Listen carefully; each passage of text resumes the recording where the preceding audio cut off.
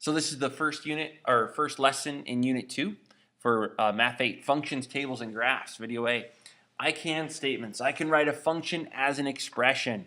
So this is a new word for us we're going to talk about. This is an old word for us. Quick reminder, an expression is something without an equal sign. So 2 times 2 expresses the number 4, but it's not an equation because there's no equal sign. We can have variables in expressions, so you could write 2x. Whatever x is, it's going to be multiplied by 2. That's an expression. Then finally, this function we're going to talk about in a minute. But I can tell whether a relationship is a function. And that I can statement is really going to come out of the definition of a function. And here's your definition. It's a rule that assigns only one output for each input. And I've given you an example. We have any input here. So any number you're going to throw into a specific rule, this is our rule for this example I gave, is only going to come out with one output.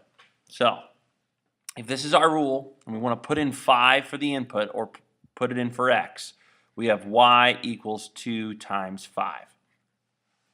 And we're only going to end up with one output of y equaling 10 because there's only one answer to this problem right here. It's a function. Here's your first example. You're going to have to do problems like this. It says fill in each table. In the row with an x is the input.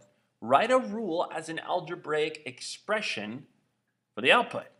Well, this one's really easy because we look at our inputs here and we just kind of keep in mind that we won't always write it down, but if we're going to use letters to represent the inputs and the outputs in equations, inputs are x's, outputs are y's.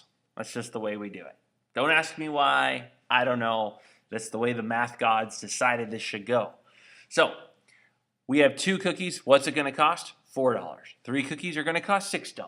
4 cookies are going to cost $8, so on and so forth. I think you see the rule. The rule is 2x.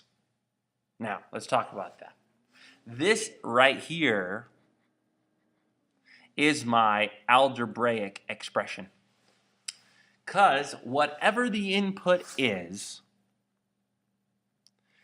it's going to be multiplied by 2 to get our output in this particular table. So no matter what I put in my left-hand column over here, it's being multiplied by 2 to get our output. We use x to represent the input in an expression that represents what the output would equal. For example, if I was going to write this, and thankfully today you don't have to, later you will, but if I was going to write this as an equation, I would write y equals 2x, where y represents the output, and that is equal to the input multiplied by 2. Okay? Then we have to finish the table. If we know we're multiplying by 2, that's easy. That's 24. So 2 things here. First, look at the table, figure out what's going on.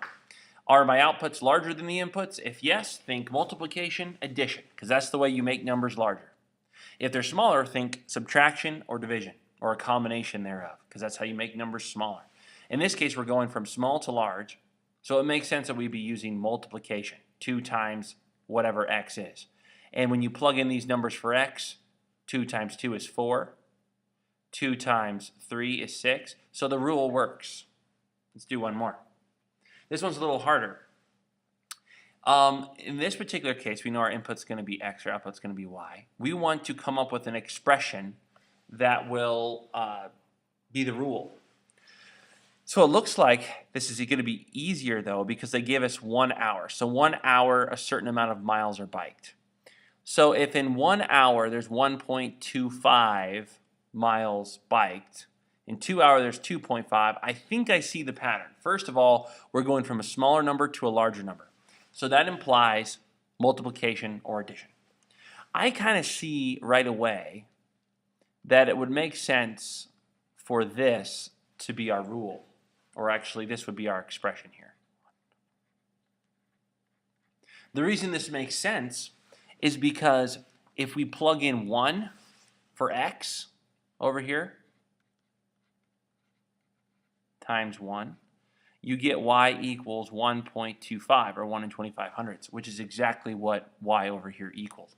And if you plug in 2, 2 times 1 in 2500ths is 2 in 50 hundredths, or 2.5.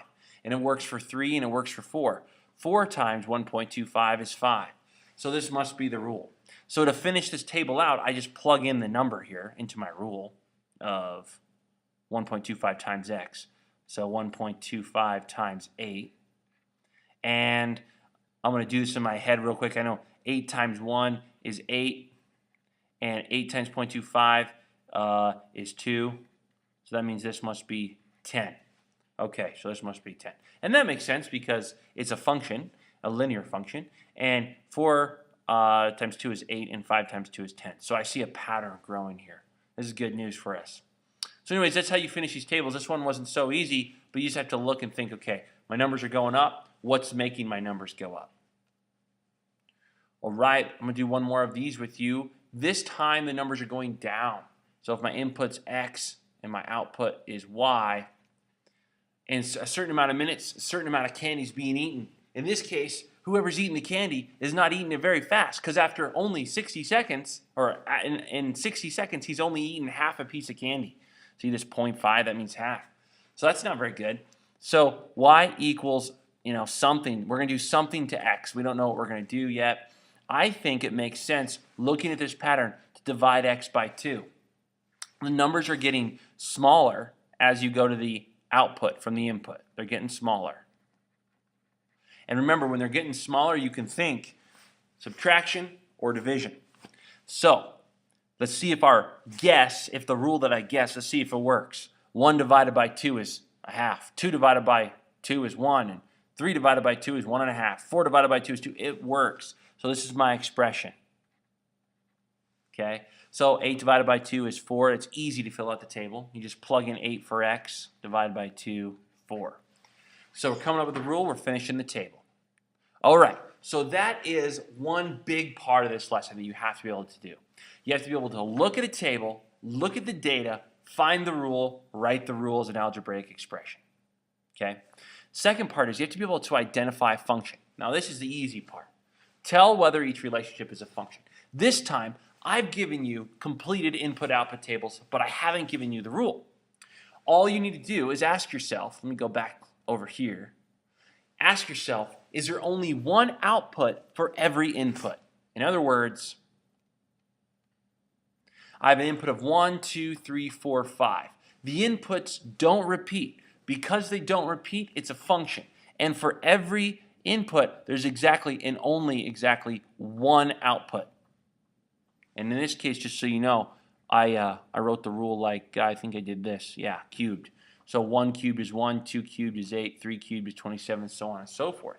But you might see right away what this pattern could be. This pattern could look something like this.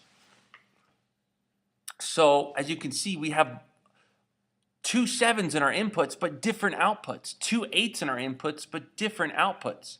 So that means this must not be a function. This is not, and I don't know why I wrote the word function first. There we go. This is not a function because there are different outputs for the same input. 7 is the same, different outputs here. This is a function because there's only one output for each input. Now, we're not always going to give you input-output tables. Sometimes we're just going to give you your x and y coordinates. Remember, these are x's and y's. X's and y's, x's and y's, so on and so forth. Each is a set of points, right? Our input, I told you earlier, we represent with the letter x. And the outputs, we represent with the letter y. So we just have to look. Are there any inputs that repeat? Well, I have a 1 here, a 2, a 1. Okay, so we have a repetition here. Okay, let me look a little further. We have 7. Okay, so that's the only repeat portion. Now we have to ask ourselves, if the y's are the same, we're okay. You know, if this is 1, 2, and this is 1, 2, we're fine because there's still only one output for the input. But if there's a different y for the same x, this is not a function. And we see that here. We got 5 and 2. So this is not a function because there's more than one output for the same input. It's that simple, guys. So you got 2 different kinds of problems to work on. You got to be able to complete input-output tables and write the rules, and you got to be able to identify a function. Good luck to you.